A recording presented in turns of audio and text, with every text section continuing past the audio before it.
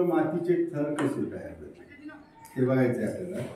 त्यासाठी साहित्य घेतलेले आहे, जिच्यातून आत बाहेर दिसेल अशी बरणी. दगड, हे मोठे दगड, याच्यामध्ये असलेले छोटे छोटे दगड, वाळू, माती आणि हा पाला. काय करणार, अगोदर या बरणीमध्ये पाणी टाकू. पाणी टाक,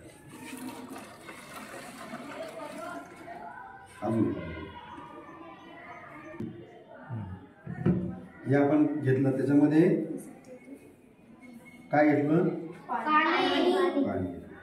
नंतर त्याच्यामध्ये आपण हे दगड टाकून देऊ.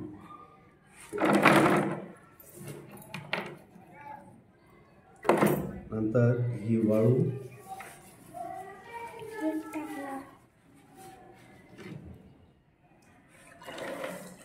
टाकली. कस दिसते पाणी आता, गदळ गडूळ. आता हे माती टाकली आणि हा पाला पाचवा. बरोबर आहे. आता याला हलवून घ्यायचंय.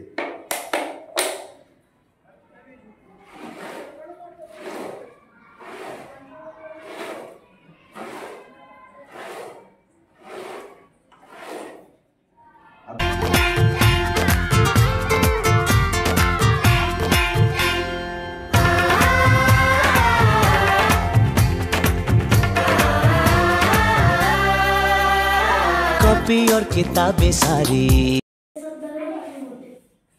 पहिले हे आणलंच नाही, बरणी आणलीच नाही आपण.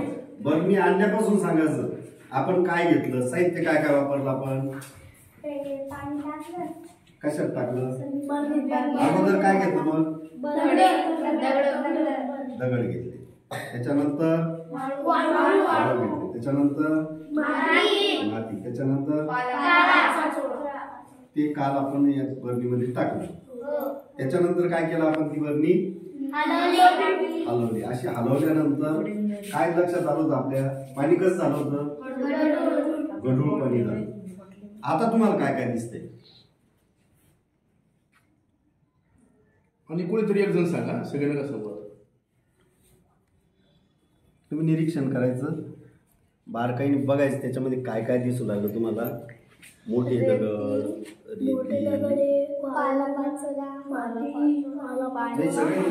एक बघा सगळेजण आणि मग सांगायचं. सगळ्यात खाली काय दिसलं तुला, त्याच्यावर. हा, त्याच्यापेक्षा थोडे लहान साईजचे दगड त्याच्यावर होते. त्याच्यावर काय दिसू लागलं, माती दिसते का प्रत्येकाला, आहे का माती, बरोबर. आणि त्याच्यावर नितळ आहे का, नितळ पाणी ना.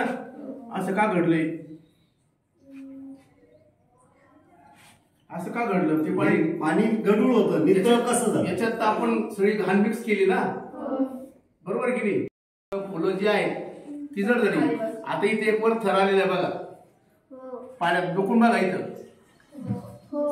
हलू नका. हे का वर तरंगलं, का तरंगलं, हे काय आहे, पाण्यापेक्षा हलकं आहे म्हणून तिकडून तरंगलं, वरती तरंगलं. पण आपण याला काही दिवस जर ठेवलं आणि ते जर सडलं आणि त्याचं रूपांतर माती जर झालं तर तिकडून जाईल, बरोबर आहे की नाही. आता सध्या वरती आहे. त्याच्यावरून काय निष्कर्ष निघतो की पाण्यावरती हलक्या वस्तू तरंगतात आणि जड वस्तू पाण्याच्या खाली तळाशी जाऊन बसतात, बरोबर आहे की नाही. अशा पद्धतीचा प्रयोग तुम्ही